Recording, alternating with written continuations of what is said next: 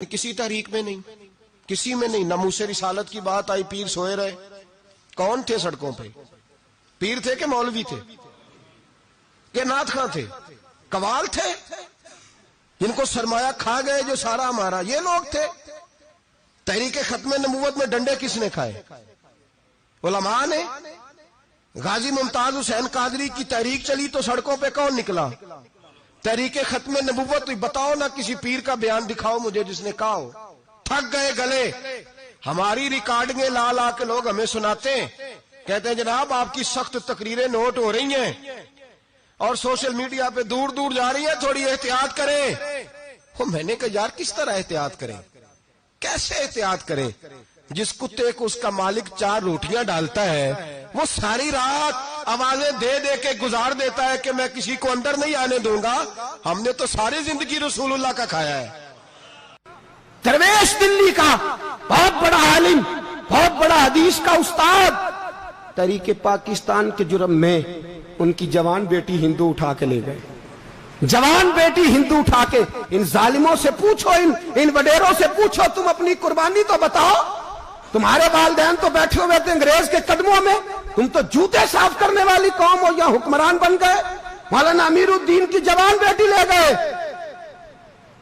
और हजरत के पास लोग आए, मुझे बताओ बेटियों की तकलीफ कितनी बड़ी होती है। सीना जख्मों से छलनी हो गया। और जब मौलाना नईमुद्दीन साहब ताज़ियत के लिए पहुंचे तो हजरत को सीने से लगा के कहने लगे फिक्र ना कीजिएगा, कोई बात नहीं। मौलाना अमीरुद्दीन साहब कहने लगे हुजूर बस पाकिस्तान बन जाए, मेरे रसूलुल्लाह के दीन का झंडा बुलंद हो जाए, एक बेटी क्या मैं हजारों बेटियां कुर्बान करने को तैयार, मैं तैयार हूं देने के लिए औलादे। लोगों ने 10 लाख आदमी ने हिजरत की। 10 लाख 30,000 जाने एक एक दिन के अंदर कटी।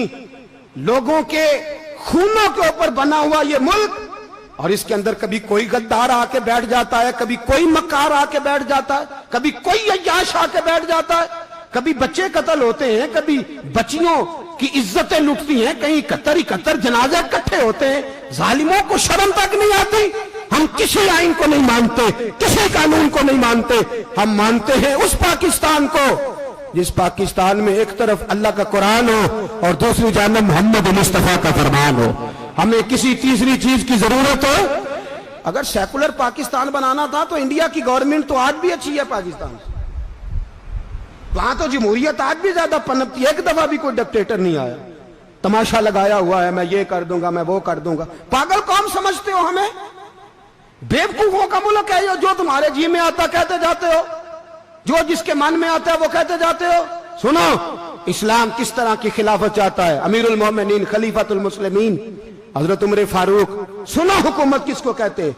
हजरत उमर गुजर रहे, फजर की नमाज के बाद 2 गलियां रह गई हैं, आज पूरा नहीं हो सका आपका दौरा, जो रात को नकाब पहन के 2 गलियां रह गई तो नकाब ओढ़ के ही फजर के बाद निकल गए।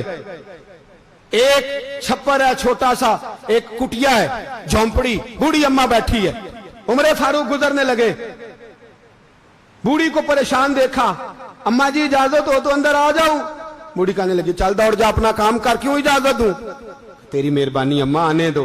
क्या दौड़ जा? तेरी मेहरबानी अम्मा, गुजारिश है, चलो आ जाओ। हज़रत उमर फारूक फरमाया करते थे मैंने उस औरत से आइन सीखा है, आइन, मैंने उससे कानून सीखा है, उस बूढ़ी औरत से। अंदर आ गए उमर फारूक। अम्मा क्या परेशानी है, क्या बात? अम्मा कहने लगी खामद इंतकाल कर गया, औलाद अल्लाह ने दी कोई नहीं, मैं गरीब